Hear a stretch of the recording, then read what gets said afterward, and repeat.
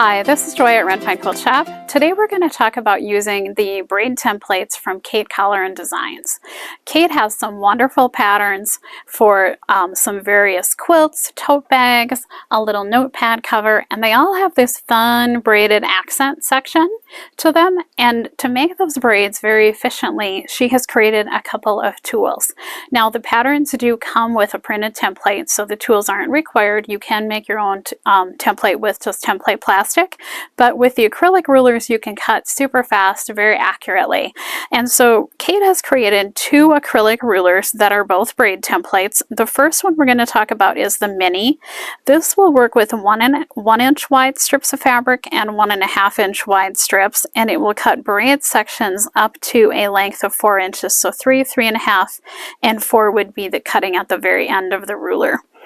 The other braid template is the full-size version. That will do 1.5, 2, 2.5, and 3 inch wide strips of fabric, and it will cut longer braid sections. So you can cut 6, 6.5, 7, 7.5, 8, and at the very edge of the ruler an 8.5 inch long braid section. So they are great tools to work with to make your cutting very fast and very efficient.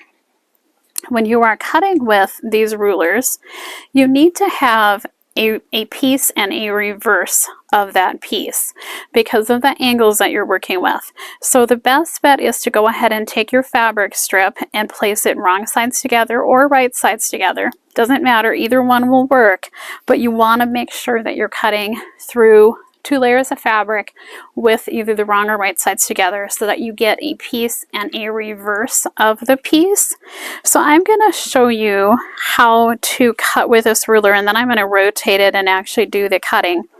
So I have a 1.5 inch strip, so it's the width of my mini braid template. And if I wanted to cut 3.5 inch long sections, I would go ahead and line the line up here and make my cut. And I'm going to go ahead and rotate this and do that, and I can't cut with it upside down, so I'm going to flip it and make my cut. And I'll turn it back so you guys can see. So there is my first piece. And now I'm going to rotate my template. So you don't want to flip it upside down, you want to keep it right side up, but now I'm going to rotate it. And I will line the angled end up with the line, and I will line up my 3.5 again. It's the width of the ruler, and now I'm ready to cut there, and that will give me another section. So I'll continue to cut, lining up with this 3.5 and then lining up with that 3.5, and I can cut my way down the whole strip very, very quickly. Now the nice thing about cutting those angled pieces is it saves you a lot of fabric. If you were taking rectangles and sewing them together, you would have a lot of fabric waste, and with this your waste is very, very minimal. When you end up with your braid sections, they will lay out like this, and that's why you needed to have a piece and a reverse piece, a piece and a reverse piece, so that you're working those angles along both edges. And you would obviously do this scrappy, but this is what those pieces look like. So that is the first piece, the second piece, the third piece, the fourth piece. So this braid section is one that I created for a pack it up bag, which is one of the patterns, and this braid section is going to be the accent piece on the front of my pack it up bag. So I took and I cut my fabric pieces, and then I laid them out either on a design wall, or you can do it right on your cutting mat, but go ahead and lay your pieces out. Most of the time you're going to be doing this scrappy. So stagger them out, lay them out so you can see your colors. You know, I wanted to kind of mix my colors up and not have things right beside each other, and I got it all laid out. And then I was ready to go to my sewing machine and stitch. So you'll take your first 2 pieces and you will sew them together with a 1/4 inch seam. And this is the only piece where you are going to press towards the first piece. This is piece 1, this is piece 2, and in this case you will press towards piece 1. At this point I am ready to add piece 3. So piece 1, piece 2, piece 3, and I would put that right sides together with my braid and sew it with a 1/4 inch seam and when I flip that back, I would have my third piece. Now, from this point forward, you are always going to press towards the piece you added. Here we press towards piece 1, not 2, but moving forward, you will always press towards the next piece. So I will press towards piece 3. That way you don't have to flip that seam back. You can let that seam lay flat and you're pressing towards the solid piece of fabric. So press towards the way you're headed down your braid and that will be the easiest way to press. Now I'm going to show you guys something that I found worked well for me when I was sewing these. I like to sew with a leader, so I normally always have a leader underneath my foot. I sew through my leader and then I chain piece my chain, and then I go ahead and I sew onto my leader and I cut off. Sewing machines like to have fabric underneath them. They don't like to be sewing air stitches on nothing. So I went to 2 skinny leaders because you'll basically sew a seam and press, sew a seam and press. So I sewed across the skinny leader, I sewed this seam, I sewed across the next skinny leader, and at that point in time I would take my thread snips and I would come behind my foot on my sewing machine. This one would be right under my foot and I could quickly get in there and snip that off. So I could quickly come in and snip that leader off with my thread snips. I love my Famori thread snips. They're super sharp, they're easy to work with, they're quick to pick up, and for me that's the fastest tool to go ahead and snip that off. So what I also did is I used my fabric folding pen because I didn't want to be constantly going up to an iron to press this. And rather than using an actual iron, after I sewed a section, I would just go ahead and stroke along there with my fabric folding pen, and then I could very effectively finger press that seam and I would be ready to add the next section on. And I could go through the whole thing. So I did about half of my chain, then I took and I pressed that half, then I added the next half and I pressed the second half. But I did it all with my fabric folding pen initially, and I just pressed it with my iron when I was all done. So super quick and fun to put together. They're a great way to use up scraps.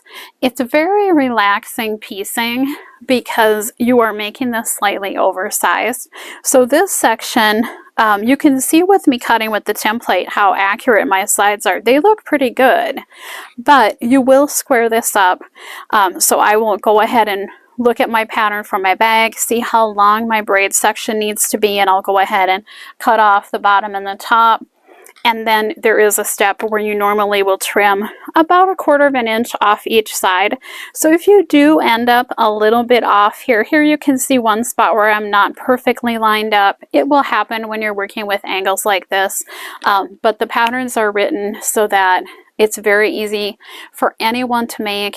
You will square those edges up when you're done, but you're only trimming a little bit off, which is nice, so there isn't much fabric waste, and it makes for a super fun accent to various projects. Braids are also a great way to do scrappy borders for a quilt. So I'm going to show you a couple of the patterns from Kate, and she has braid patterns that make full-size quilts, large quilts. She also has a lot for small projects, and I have probably some of the small projects to show you here today. So this is one that's a little purse called the Carry This Bag, and it has that fun little braided accent. The braid that I'm working on right now is actually going into my Pack It Up bag, and I'm working on the,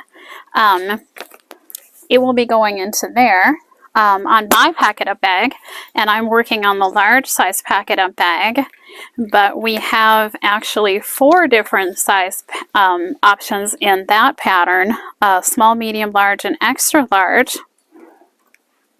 So lots of options there. And then a fun notebook cover as well. And this has a pretty braid section that runs all the way across the notebook cover. You can kind of customize this for various size composition books, but that is another fun project. And those all use the mini braid template. The large braid template, though, is a wonderful option for some of Kate's bigger quilts. She has some quilts that use the braid template that are large bed size quilts, and it is also a wonderful tool for making a braid border for quilts. So if you have a quilt that's not quite as big as you'd like it to be, and you want to add a braid border to it, the braid templates are a very quick way to do that. Lots of times you have scraps left from your quilts, and you can take those scraps and incorporate them into a braid border, and that pretty pieced border adds so much interest to a quilt. It's a great way to make a quilt quite a bit larger if you need to do that, without it looking boring because it's not a big solid piece of fabric. You can use up scraps left over from your quilt. You can pull things in from your stash and mix them into the braid, and they will work in just fine when you're doing a scrappy braid like that.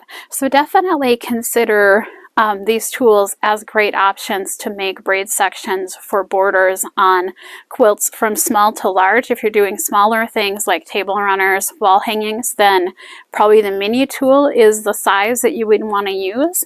But if you're doing larger quilts, bed size quilts, throws on up, then you might want to consider the large braid tool, because it will let you make some large braid sections that you could put on as a fun piece border of your quilt. You know, imagine how pretty that would look as a border on a quilt versus just a solid piece of fabric. And they're quick and easy to put together and great ways to use up your scraps. So we hope you enjoyed our live today. You can find the braid templates and many of Kate Colleran's patterns on our website at redpinequiltshop.com.